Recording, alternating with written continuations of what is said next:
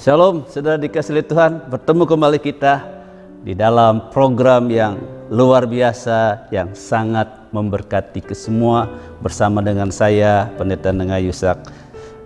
Dan pada pagi hari ini saya menyampaikan renungan tentang mengapa orang benar menderita.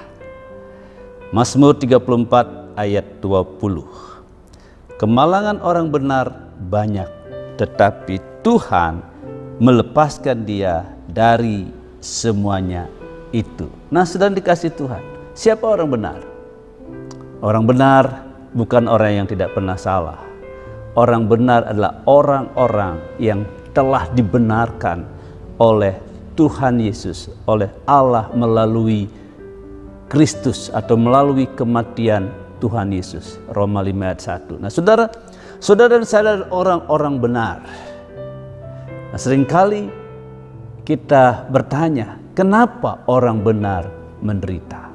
Saudara, ternyata orang benar atau orang yang di dalam Kristus tidak ada jaminan, atau Tuhan tidak berkata bahwa siapa yang percaya kepada Tuhan Yesus tidak mengalami penderitaan. Malah sebaliknya, firman Tuhan berkata, kemalangan orang benar itu banyak, bukan hanya satu, tetapi banyak. Nah, saudara, sebagai orang percaya, sebagai anak-anak Tuhan, kita ketika menghadapi penderitaan, bukan masalah kenapa saya menderita.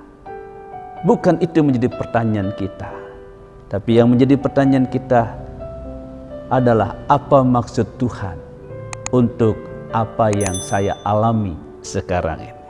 Karena saudara, penderitaan bagi orang percaya pasti Tuhan punya maksud.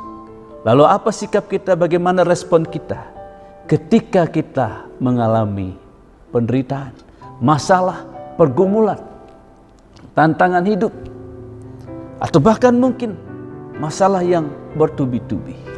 Maka yang pertama kita perlu lakukan adalah mengoreksi diri. Ketika ada masalah, ketika ada pergumulan, ketika ada penderitaan, yang penting buat kita mengoreksi diri.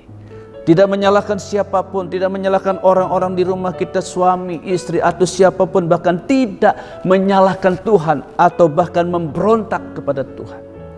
Tapi kita mesti belajar mengoreksi diri. Sebab ketika kita belajar mengoreksi diri, Tuhan akan berbicara kepada kita kenapa Tuhan izinkan penderitaan itu terjadi.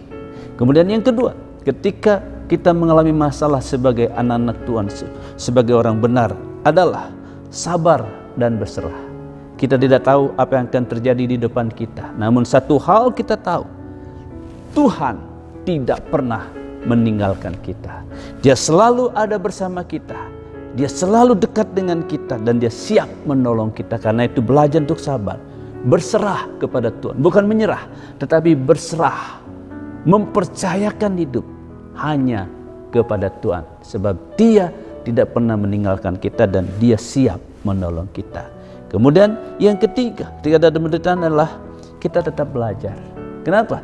Karena seringkali penderitaan dipakai Tuhan untuk mengajar, mendidik kita. Kita belajar. Penderitaan-penderitaan seringkali menjadi guru yang sangat baik untuk kita. Supaya kita apa? Kita semakin memperbaiki diri kita. Menjadi lebih baik lagi, menjadi lebih berkenan lagi kepada Tuhan. Nah, saudara, penderitaan buat kita sebagai orang percaya bukan bukti bahwa Yesus tidak mengasihi kita atau Tuhan tidak mengasihi kita.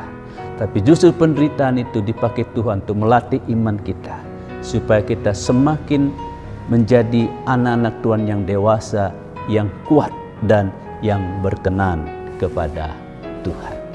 Tuhan memberkati saudara semua. Kita berdoa. Terima kasih Tuhan untuk kebenaran firman-Mu. Biarlah kami mengerti apapun yang kami alami saat ini. Kami percaya Tuhan tidak pernah meninggalkan kami. Tuhan terus dan bahkan Tuhan tetap mengasihi kami. Karena itu Tuhan, kami tidak akan bersungut-sungut ketika kami menderita. Tapi kami belajar untuk mengoreksi diri. Karena kami tahu Tuhan selalu punya maksud dan rencana yang indah Tuhan turut bekerja untuk mendatangkan kebaikan bagi orang-orang yang mengasihi Tuhan. Terima kasih, berkati anak-anakmu yang telah mendengar firman-Mu di dalam nama Tuhan Yesus. Haleluya. Amin.